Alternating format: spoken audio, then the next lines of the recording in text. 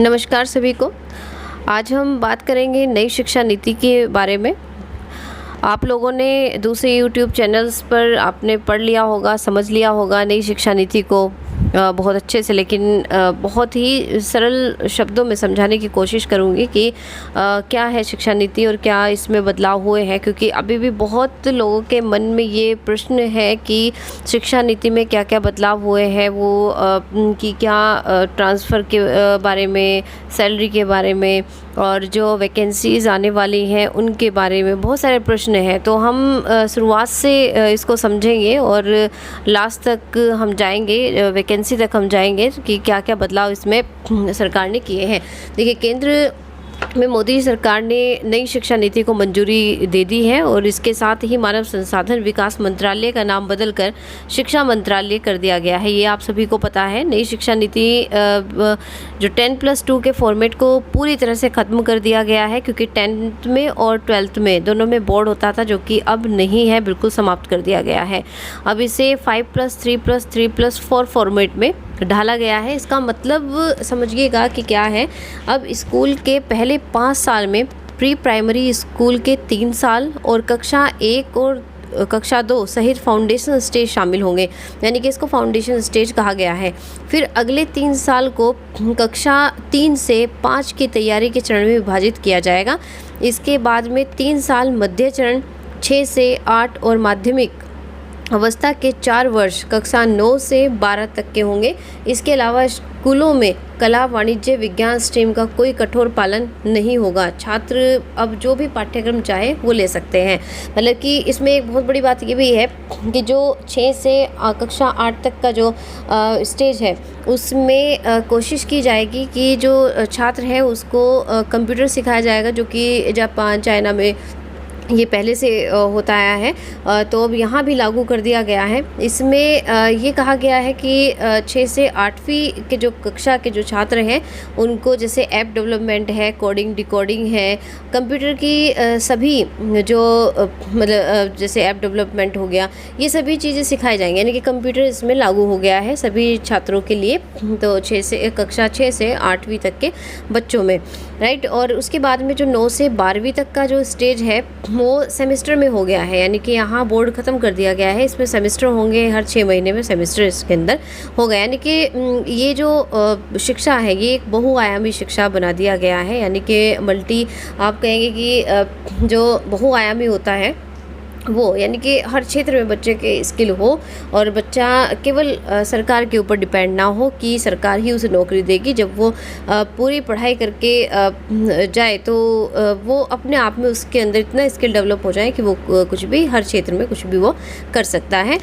और आगे और समझ लेते हैं इसको। देखिए, शुरुआत से हम समझते हैं कि सबसे पहले जो है पॉइंट बिंदुवार मैं आपको समझाऊंगी कि सबसे पहले जो ब्रेकफास्ट है वो दिया जाएगा। अभी तक क्या था, मिड डे मील दिया जा रहा था, ठीक है, लेकिन अब क्या होगा, मिड डे मील के साथ में, लंच के साथ में क्या होगा, अब ब्रेकफास्ट भी दिया जाएगा।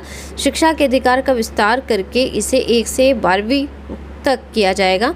देश भर में लगभग 10 लाख शिक्षकों के खाली पड़े पदों को भी भरा जाएगा। सेमेस्टर सिस्टम लागू होगा, वही 9 से 12वीं तक का जो मैंने बताया है उसमें सेमेस्टर सिस्टम होगा। 12वीं के बाद बीएड 4 साल, बीए के बाद 2 साल और एमए के बाद 1 वर्ष का होगा, यानी कि 4 साल का, 3 साल का, 2 साल का और 1 साल का जो है ये बीएड लागू होगा। बोर्ड परीक्षा का भय कम हो जाएगा, यानी कि बोर्ड जब होगा ही नहीं तो उसमें जो फोबिया होता है, एक एग्ज़ाम फोबिया बच्चों के अंदर, वो बिल्कुल ख़त्म हो जाएगा।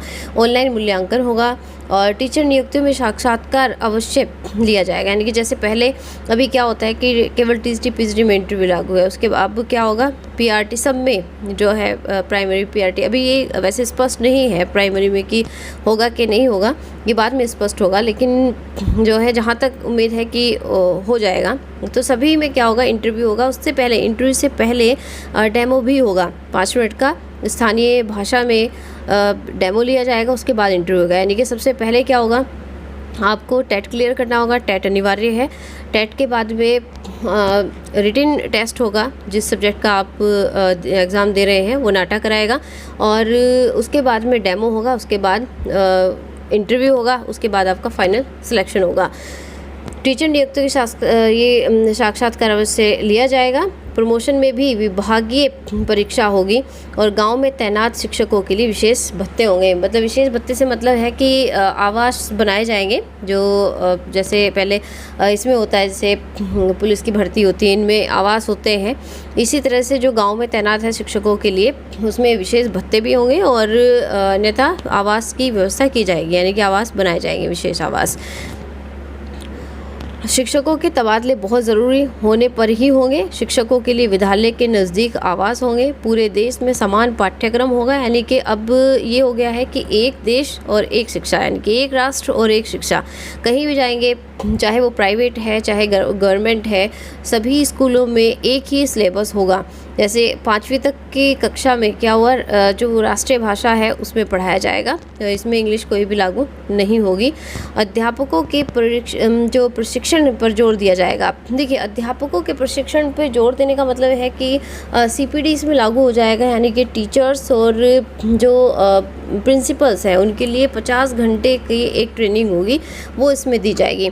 जैसे कि टीचर्स बनने के बाद में क्या होता है कि वो आगे कुछ नहीं करते हैं और बिल्कुल ऐसे एकदम ठंडे होकर बैठ जाते हैं, तो वो चीज़ ना हो, इसलिए सरकार ने क्या किया है कि प्रशिक्षण रखा गया है। ठीक है, इसमें 50 घंटे प्रशिक्षण अनिवार्य होगा। व्यावसायिक शिक्षा पर बल दिया जाएगा। जहाँ तक आपको पता है कि अभी जो हमारी ये हमारा जो पढ़ाई है, हमारी जो शिक्षा है, वो अभी व्यापार परक नहीं है। इसे व्यावसायिक शिक्षा पर इसलिए कहा गया है कि बल दिया जाएगा। शिक्षक छात्र अनुपात 25:1 या 30:1 होगा, यानी कि 25 छात्रों पर एक शिक्षक होगा या 30 छात्रों पर एक शिक्षक होगा। स्कूली स्तर पर 8वीं के बाद विदेशी भाषा के कोर्स होंगे। देखिए, विदेशी भाषा के कोर्स होंगे, इससे जो डिप्लोमा है, जिनके पास जैसे रशियन का डिप्लोमा है या अदर लैंग्वेज का है, उन लोगों के लिए भी वैकेंसी आएगी, उन लोगों को भी मौका मिलेगा। निजी स्कूलों पर पहले से ज़्यादा नियंत्रण होगा। निजी स्कूलों में जैसे नियंत्रण में है कि फ़ीस वो खुद से नहीं बढ़ा पाएंगे और एक उन पे लगाम लगेगी फ़ीस पर, जैसे कि हर साल बढ़ा देते हैं, ऐसा नहीं हो पाएगा। निजी स्कूलों के नाम में पब्लिक शब्द का इस्तेमाल नहीं कर सकते, यानी कि जैसे बहुत सारे स्कूल हैं, सेंट जॉन पब्लिक स्कूल, इस तरह से जो पब्लिक स्कूल हैं वो पब्लिक उनके नाम के सामने से अब हटाएंगे। अध्यापक पात्रता परीक्षा के बिना निजी स्कूलों में भी नियुक्ति नहीं होंगे शिक्षक, और शिक्षा मित्र, पैरा टीचर, गेस्ट टीचर की नियुक्ति भी नहीं होगा। देखिए, अगर जिस टेट नहीं है तो सभी हटाए जाएंगे। तो जो जैसे पैरा टीचर है, ट्यूटर रख रहे हैं, शिक्षा मित्र है, टेट करना कंपलसरी होगा। गैर शैक्षणिक कार्यों से मुक्ति मिल जाएगी, यानी कि जैसे गैर शैक्षणिक कार्य हैं, जैसे मिड डे मील में है या कुछ ऐसा है, जैसे अदर जनसंख्या को जो काउंटिंग होती है उसको लेके, इन सब में से हट जाएगा। केवल कहाँ रहेगा, इलेक्शन में ड्यूटी हो सकती है, अदरवाइज़ और शिक्षकों की ड्यूटी कहीं नहीं होगी। स्कूल प्रबंधन समिति अब निजी स्कूलों में भी गठित की जाएगी। राष्ट्रीय शिक्षा आयोग की स्थापना होगी और शिक्षा को अनिवार्य और 100% साक्षरता दर हासिल करने का लक्ष्य सरकार का है। कुछ मुख्य बिंदु और हैं, ऐसे सारे स्टेट स्कूल रेगुलेटरी अथॉरिटी बनेगी जिसके चीफ शिक्षा विभाग से ही जुड़े होंगे। 4 ईयर इंटीग्रेटेड बीएड और 2 साल का जो बीएड है, ये मैं पहले ही आपको बता चुकी हूँ कि ये कोर्सेज मान्य होंगे। ECCE early child care and education के अंतर्गत भी प्री प्राइमरी शिक्षा आंगनबाड़ी और स्कूलों के माध्यम से होगी। टेट लागू होगा सेकेंडरी लेवल तक, यानी कि अभी तक सेकेंडरी लेवल में नहीं है, बट अब से सेकेंडरी लेवल में भी टेट लागू हो जाएगा। शिक्षकों को गैर शैक्षणिक कार्यों से हटाया जाएगा, सिर्फ चुनावी ड्यूटी लगेगी उनकी, ये भी मैं आपको पहले ही बता चुकी हूँ। स्कूलों में SMC SDMC के साथ यानी स्कूल कॉम्प्लेक्स मैनेजमेंट कमेटी बनाई जाएगी। शिक्षक नियुक्त में डेमो स्किल इंटरव्यू भी शामिल होंगे। नई ट्रांसफ़र पॉलिसी आएगी। नई ट्रांसफ़र पॉलिसी में होगा जो पदोन्नति, ट्रांसफ़र सिर्फ पदोन्नति पर ही होंगे और ट्रांसफ़र तब होंगे, ग्रेड होगा टीचर्स का, उसके अनुसार ही ट्रांसफ़र किए जाएंगे। ग्रामीण इलाकों में क्वार्टर बनाए जाएंगे, जैसे केंद्रीय विद्यालयों की तर्ज पर है, ये बिल्कुल वहीं से लिया गया है। तो और अब RTE को कक्षा 12 तक या 18 वर्ष की आयु तक लागू किया जाएगा। ये सारे थे और एक आध पॉइंट और है, जैसे कि एनसीईआरटी है। अब जो पूरा जो होगा होल्ड वो एनसीईआरटी देखेगा पूरा, यानी कि पूरे देश में नोडल एजेंसी होगी ये एनसीईआरटी। अब जैसे एससीईआरटी थे ये सब खत्म हो जाएंगे, केवल एनसीईआरटी रहेगी। और क्रेडिट बेस्ड सिस्टम होगा जिसमें कॉलेज बदलना आसान और सरल होगा। बीच में भी कोई भी कॉलेज बदला जा सकता है, यानी कि अगर कोई एमए कर रहा है, उसे लग रहा है कि एमए करने से शायद मैं नहीं कर पाऊँगा या मुझे कोई बेनिफिट नहीं है एमए करने से, तो वो 1 साल का एमए करके अगर छोड़ रहा है तो उसका सर्टिफिकेट उसे मिलेगा, और 2 साल करके छोड़ रहा है तो डिप्लोमा मिलेगा, और 3 साल का कर रहा है तो डिग्री मिलेगी।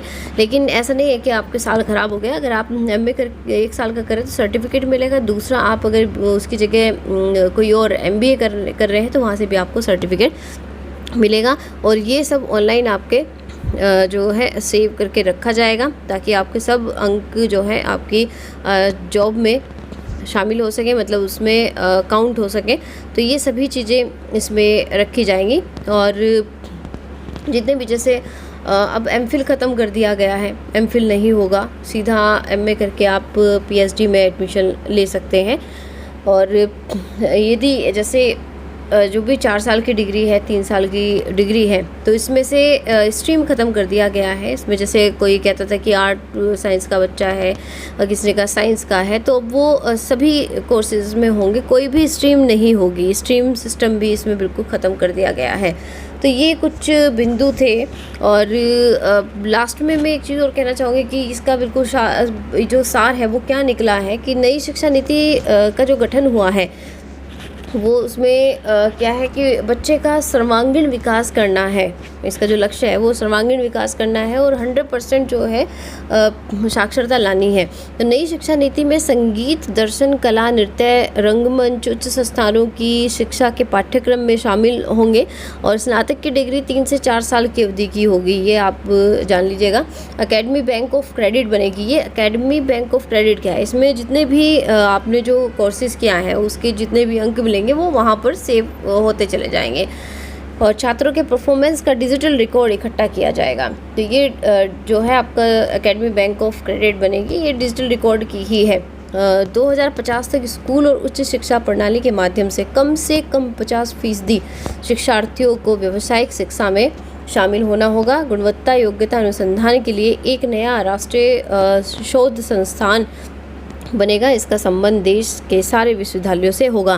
तो ये थी बहुत अच्छी शिक्षा नीति है जो कि 34 साल बाद आई है, और बहुत ही ये ज़रूरी था शिक्षा में बदलाव करना।